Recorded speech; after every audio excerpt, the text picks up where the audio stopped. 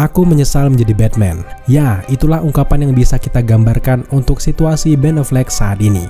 Memutuskan memakai jubah superhero DC paling berpengaruh yaitu Batman lewat film Batman vs Superman tahun 2016 tampaknya seperti pedang bermata dua bagi Ben Affleck.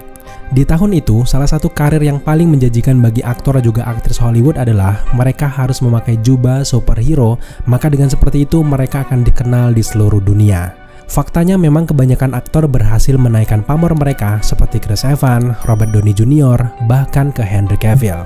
Tapi sayangnya Ben Affleck adalah gambaran sempurna pasang surutnya karir seorang bintang di zaman modern. Ben Affleck adalah aktor senior yang seangkatan dengan Leonardo DiCaprio, Mark Wahlberg, Christian Bale, Ethan Hawke hingga ke Matt Damon. Tapi karir dari Ben Affleck agak kurang beruntung jika dibandingkan teman-temannya. Pertama kali diumumkan akan menjadi Batman setelah Christian Bale, gerakan penolakan mulai bermunculan, bahkan ia selalu kena bully oleh fans garis keras kala itu. Kebanyakan mereka memang menilai kalau Ben Affleck ini terlalu lugu dan tidak sesuai bentuk tubuhnya untuk seorang miliuner sekaliber Bruce Wayne. Batman masih melekat pada sosok Bale pada kala itu. Tentu saja Ben Affleck sangat tertekan akan hal itu. Bahkan rumornya ia hampir saja mengundurkan diri jika bukan karena Zack Snyder. Yang semakin membuat ia sedih adalah di masa-masa promosi dari Batman vs Superman, Ben Affleck harus bercerai dengan Jennifer Lopez yang semakin membuat ia terpuruk.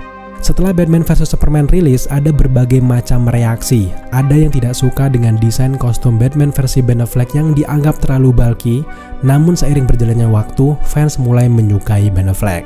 Bahkan, melihat carut marutnya nasib Batman versi Ben Affleck sekarang, membuat gue secara pribadi semakin ngefans dengan Batman versi dirinya. Kita sih cukup suka dengan pembawaannya, namun sayangnya Ben Affleck belum banyak mendapatkan screen time, khususnya ia harus memiliki film solonya sendiri untuk membuktikan dan juga menjawab banyak pertanyaan di luaran sana. Sayangnya, hal itu tidak akan terjadi lagi setelah konflik Zack Snyder bersama Warner Bros yang akhirnya diputuskan kalau DC Extended Universe di-reboot menjadi DC Universe. Warisan DC era Zack Snyder perlahan dihilangkan, termasuk dengan Batman Ben Affleck. Karena sekarang di era DC versi James Gunn, Batman akan diperankan oleh orang yang berbeda. Ben Affleck bukan hanya sebagai aktor yang hebat, tapi dia juga sutradara yang dikagumi karena memenangkan Oscar atas film arahannya. Ketika ia diumumkan untuk menjadi Batman di umurnya yang sudah 41 tahun kala itu, banyak sekali meminta kalau Ben Affleck akan lebih cocok menjadi sutradara dari film Batman vs Superman ketimbang menjadi aktornya. Namun kita melihat dengan jelas upaya pembuktian dari Ben Affleck. Ia membentuk tubuhnya serta akting dengan penuh totalitas. Dan yap, kita akhirnya sangat suka dengan Bruce Wayne yang dia wakilkan di Batman vs Superman hingga ke Justice League. Tapi ya lagi-lagi, karirnya ternyata tak semulus Batman versi Christian Bale. Yang paling parah adalah mendapatkan film solonya pun tidak. Sempat akan dibuatkan film solo, namun di menit-menit akhir Warner Bros dan juga DC lebih menginginkan Batman versi muda yang diangkat ke layar lebar dengan sistem film standalone. Akhirnya Ben Affleck mengalah dan melepaskan harapan untuk film solo dirinya. Ya, setidaknya sudah tampil di film Justice League saja sudah sangat syukur. Ben Affleck jelas tidak diberikan ruang untuk mengeksplor Batman versi dirinya akibat terlalu banyak rencana dari Warner Bros dan juga DC. Dan sekarang di era James Gunn bukanlah sebagai Batman yang ia terima, melainkan James Gunn menawarkan bangku sutradara kepada dirinya yang seolah-olah cuma sebagai basa-basi agar Ben Affleck tidak kecewa saja. Hasilnya, Ben Affleck menyatakan tidak tertarik mendirect film dari DC. Dugaan kuat kita, Ben Affleck saat itu diminta untuk menyutradarai film terbaru dari Batman yang berjudul Batman The Brave and the Bold. Jika benar, jelaslah dia menolak, karena ini seperti penghinaan untuk dirinya yang berperan sebagai Batman. Setelah muncul di film The Flash, Batman Ben Affleck sayangnya tidak akan kembali menjadi cameo di film Aquaman and the Lost Kingdom. Tadinya, rencananya Ben Affleck akan muncul sebagai rekan dari Arthur Curry. Namun, sutradara James Wan dan juga Ben Affleck memutuskan bahwa film Aquaman seperti berdiri sendiri dan tidak terikat dengan superhero lama dari DC. Lagi-lagi, kandaslah harapan kita untuk melihat Batman versi Ben Affleck. Tapi kalau kita pikir-pikir, keputusan untuk tidak menampilkan Ben Affleck di Aquaman yang kedua itu sangatlah tepat.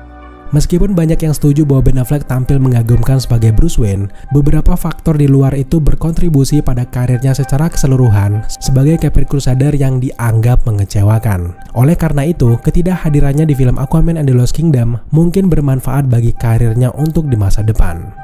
Kenapa kita bilang seperti itu? Karena kemunculan Ben Affleck di babak awal film The Flash adalah alasannya. Ben Affleck memainkan peran yang cukup signifikan dalam babak pertama The Flash dengan melanjutkan perannya sebagai mentor dari Barry Allen. The Flash menjadi penutup yang sangat baik untuk karakter dari versi Ben Affleck. Bukan hanya karena ia memiliki urutan aksi Batman yang hebat di awal film, tapi dialog ketika ia berbicara dengan Barry Allen di mana ia mengatakan bagaimana traumanya membuatnya menjadi seorang pahlawan adalah salah satu tulisan terbaik yang pernah diterima Batman selama di DC Extended Universe. Alasan selanjutnya adalah Ben Affleck ini memberikan penampilan yang sangat luar biasa di awal film The Flash. Dan yap, dengan aksi-aksi serta dialog menyentuhnya sangat pas menjadi perpisahan kepada Batman yang kita cintai ini. Ben Affleck di beberapa wawancara bahkan mengakui bahwa ia akhirnya menemukan cara terbaik untuk memerankan Batman di film The Flash. Jadi pada intinya adalah peran Batman Ben Affleck di film The Flash lebih baik daripada film-film yang pernah ia mainkan sebelumnya. Sehingga ketidakhadirannya di film Aquaman yang kedua merupakan hal yang sangat baik. Terlebih lagi melihat apa yang terjadi di akhir film The Flash di mana ia sudah mengacaukan timeline yang membuat Batman memiliki wajah yang berbeda-beda di setiap timelinenya, membuat Aquaman yang kedua akan sulit memasukkan Batman versi Ben Affleck di filmnya. Di akhir film The Flash kita dijelaskan kalau Aquaman wajahnya tidak berubah di berbagai universe ataupun timeline. Jadi sekarang arah dari sutradara James Wan sudah mulai ketahuan mau dibawa kemana Aquaman versi dirinya. Dengan tidak berubahnya wajah Aquaman, tentu saja mengkonfirmasi langsung kalau Aquaman versi James Gunn kedepannya masih akan diperankan oleh Jason Momoa terlepas filmnya gagal ataupun tidak. Sedangkan Batman Ben Affleck di belakang layar ia sudah tidak menjadi Batman masa depan lagi. Jadi dengan menghilangnya universe Ben Affleck di akhir film The Flash adalah momen yang pas untuk mengucapkan perpisahan kepada Batman versi Ben Affleck.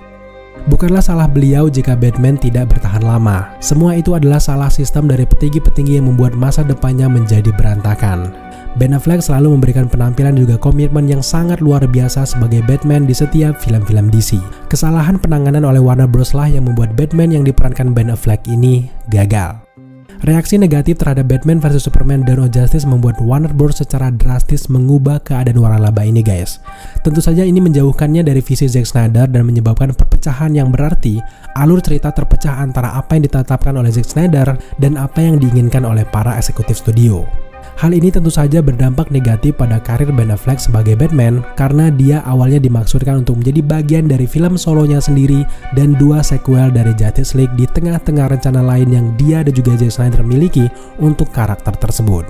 Pada akhirnya, suka maupun tidak suka, Batman Ben Affleck harus berakhir sampai film The Flash saja. Dallas Creed adalah salah satu yang menyukai sekali Batman versi Ben Affleck. Batman Ben Affleck adalah gambaran sempurna dari Bruce Wayne era modern, bukan dari versi Bale ataupun versi Robert Pattinson. Namun apa mau dikata, semoga kedepannya Batman versi James Gunn tidak kalah bersinarnya dengan Ben Affleck. So di akhir video, mari kita beramai-ramai mengucapkan terima kasih kepada Ben Affleck yang sudah menghidupkan Batman di era-era yang sangat sulit itu. Tuliskan ungkapan perpisahan kalian di kolom komentar dan jangan lupa berikan hashtag #ThankYouBenAffleck.